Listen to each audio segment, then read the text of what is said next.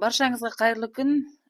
Арнама қош келдіңіздер. Бүгін қарыннан және қартадан жасалатын салаттың рецептісімен бөлісемін. Ендеше менімен бірге болыңыздар. Ең алдымен қойдың қарнын жақсылап жуып тазалап, түгінен ажыратып аламыз. Мінекей аппақ тақия қарынды және қатпарлы қарынды.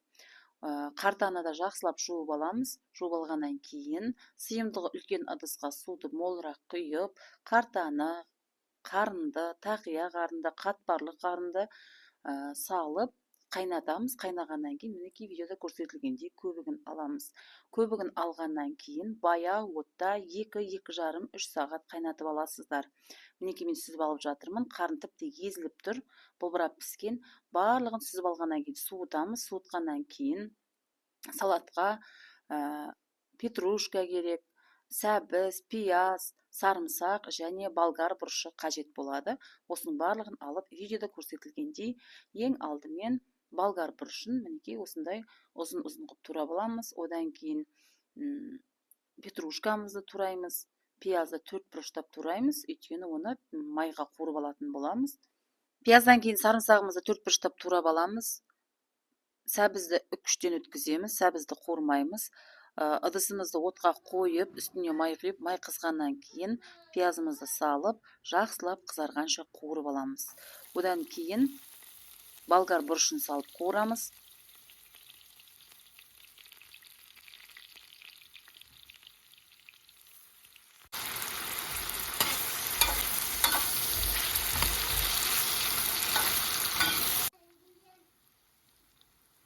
Болгар бұрышы мұздатқышта тұрғандықтан екінші болгар бұрышын қосып қуырдым. Негізі пияздан кейін қарынды салып қуырсаңыздар болады. Үшінші қарынды саламыз. Қарынды салып жақсылап бір 5 минуттай қуырасыздар. 5 минуттан қуырғаннан кейін татымына қарай тұз саласыздар. Дәмдеуіштерді сол кезде де қосып жіберсеңіздер болады. Жақсылап қуырылып болғаннан кейін газдың астын өшіріп, үстіне қажетті, салатқа қажетті заттарды саламыз. Қалауларыңызға қарай сарымсақты қуырсаңыздар да болады, я болмаса мен сияқты қуырмай осылай салсаңыздар да болады. Одан кейін үстіне петрушканы қосамыз, укроп, я болмаса көк пияз болса, оны да қосып жіберсеңіздер болады.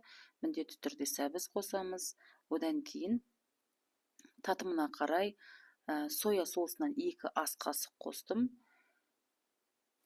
Үйіңіздегі бар дәмдеуішпен жасай берсеңіздер болады. Соя соусы, тұз, содан кейін сарымсақ қостым. Басқа артық ешқандай дәмдеуіш қосқан жоқпын. Жақсылап мінекей араластырдым. Бұл қарыннан жасалған салатымыз дайын, өте дәмді шықты. Сіз де үй жағдайында жасап көріңіз. Енді қартадан жасалатын салат. Қартадан жасалатын салатта мен мұздатқышта тұрған осындай дайын, ішінде укроп бар, петрушка бар, болгар бұрышы бар, қызанақ бар, осындай дайын дүниені алып, пияздан кейін осы дайын дүниелерді қосып қуыра салдым. Сіздер де осылай жасасаңыздар болады. Мұздатқышқа тұрғандықтан құрамында су өте көп, яғни ұзақ уақыт қуырамыз.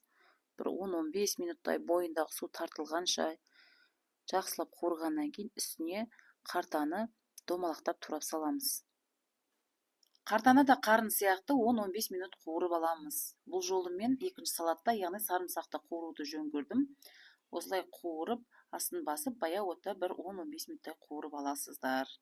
Одан кейін татымына қарай тұз, тура бірінші салаттағыдай рет-ретімен татымына қарай тұз, сарымсақ, ащы бұрыш қосып жатырмын мінекей мына жерде.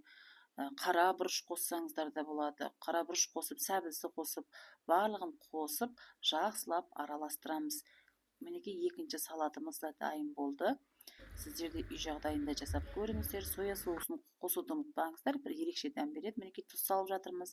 Осының барлығын жақсылап араластырып, ыстық күйінде ұсынсаңыз, өте дәмді салат болды. Сіздер де үй жағдайында жасап көріңіздер. Сіздермен болған Айгүлектің асханасы. Менің арнама жазылуды ұмытпаңыздар. Қазақша контентті қолдаңыздар.